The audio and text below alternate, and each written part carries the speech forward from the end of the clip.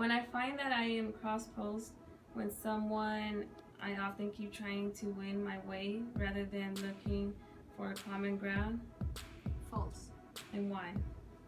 First of all, I'm the kind of person who like to listen other opinions.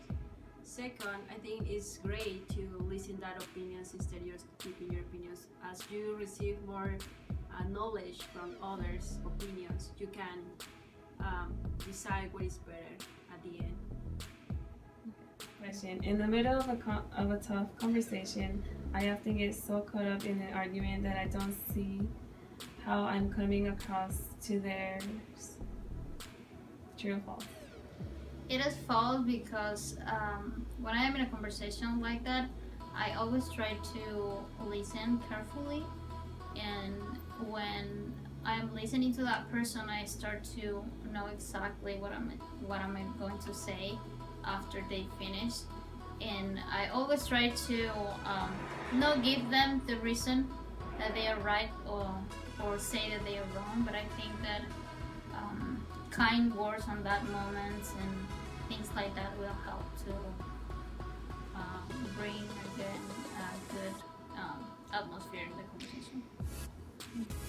After a conversation, I have additional follow-ups because I have different recollections of what was discussed or agreed to. True or false?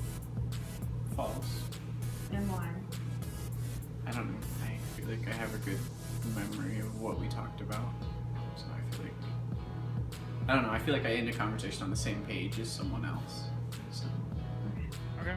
So true or false? After conversation, I had additional problems because I have different recollections of what was discussed or agreed to. True or false? This is false because I like to clear up what I'm thinking about and like how I interpreted things so there are no further issues. I find that I am cross purpose with someone. I often keep trying to win my way rather than looking for a common ground. True or false? That's a hard one. I'm a bit of both. I'd say true in the beginning, and it also depends on who, but I think my natural inclination is to say I'm right, which is probably not the best thing, but a natural inclination is, and it also depends on who it is. If it's a friend, it's true. If it's a professor, false. I immediately go for middle ground, the professor, but overall, all my conversations with you true. What kind of signs do you see when a conversation starts to go downhill? Usually they turn silent, they don't say anything, or they turn violent kind of thing. Either they get really frustrated, they can't think about it, or they either stay quiet, they don't say anything.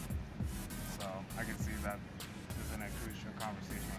People are in that conversation where it starts going downhill. So you have to figure it out how to solve it. how do I feel safety in a conversation? Or how do you build it?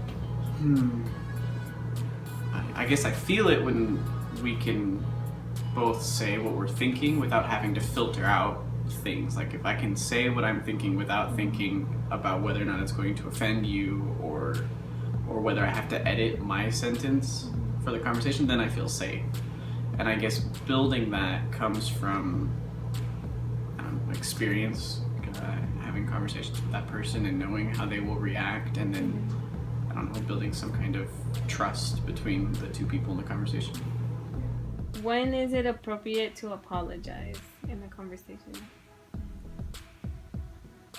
Like when you get in an argument, do you go directly like to apologize, or? I think it's better when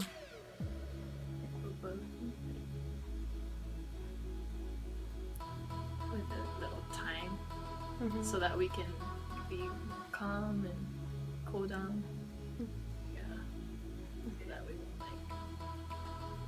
we can think before. Same thing with the conversation. So I think that for me especially, I need to feel comfortable with that. I think that the conversation start to just flow naturally, and you start to connect the topics and everything, and I don't know, you laugh, you really enjoy the time with that person.